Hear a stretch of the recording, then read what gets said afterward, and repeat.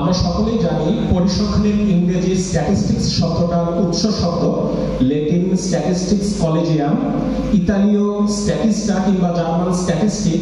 এই সকল শব্দগুলোর আভিধানিক যে অর্থটা সেটা কাছাকাছি রাষ্ট্র অথবা রাষ্ট্রীয় কার্যাবলী বোঝায়। এর থেকে আমরা বুঝি রাষ্ট্রের কার্যাবলীর সহজীকরণের জন্যই পরিসংখ্যানের উৎপত্তি হয়েছে।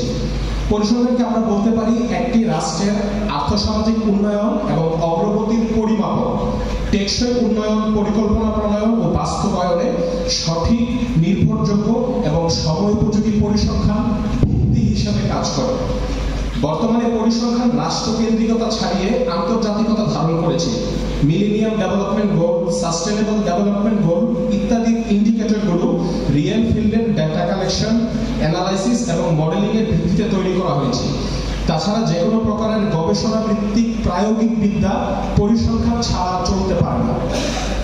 বর্তমান বিশ্বে পরিসংখ্যানের জ্ঞান ছাড়া একজন ডাক্তার কখনো একজন ভালো ডাক্তার হতে পারেন না, একজন ইঞ্জিনিয়ার কখনো একজন ভালো ইঞ্জিনিয়ার হতে পারেন না। এমনকি সাহিত্য বিশ্লেষণের জন্যও বর্তমানে বিশ্লেষকগণ শব্দের ফ্রিকোয়েন্সি নির্ণয়ের মাধ্যমে আধুনিক সাহিত্য বিশ্লেষণ করছে। মোট কথা, আপনি যখন কোনো গবেষণার সাম্রাজ্যে প্রবেশ করতে চাইবেন তখন সবার আগে আপনাকে পরিসংখ্যানে স্বাগত জানাবেন। বাংলাদেশে নির্ভরযোগ্য পরিসংখ্যান প্রাপ্তির লক্ষ্যে 1974 সালে বঙ্গবন্ধু বাংলাদেশ পরিসংখ্যান ব্যুরো তৈরি করেন পৃথক 4টি সংস্থাকে একীভূত করার মাধ্যমে, এবং পরে 1975 সালে সাচিবিক কাজের সুবিধার্থে পরিসংখ্যান বিভাগ তৈরি করা হয়। নির্ভরযোগ্য পরিসংখ্যান এসডিজি 2030, রূপকল্প 2041, অষ্টম পঞ্চবার্ষিক পরিকল্পনা ইত্যাদির শর্ত পূরণ করতে পারে এবং চলমান কোভিড-19 মহামারীর বিভিন্ন সমস্যা থেকে উত্তরণে মূল নিয়ামক হিসাবে ভূমিকা রাখতে পারে।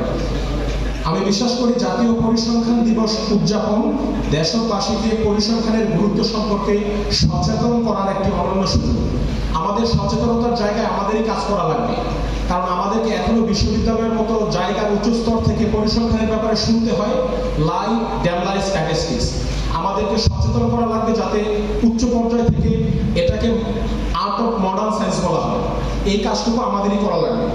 পরিশেষে আমি পরিসংখ্যান দিবস 2022-এর সাফল্য কামনা করছি এবং চমৎকার একটি আয়োজন করার জন্য পরিসংখ্যান বিভাগ, চট্টগ্রাম বিশ্ববিদ্যালয়ের সংশ্লিষ্ট সকলকে ধন্যবাদ জানাচ্ছি এবং উপস্থিত সকলের সুস্বাস্থ্য, নিরাপদ এবং দীর্ঘ জীবন কামনা করছি। গুণগত পরিসংখ্যান উন্নত জীবনের সোপান। ধন্যবাদ সকলকে।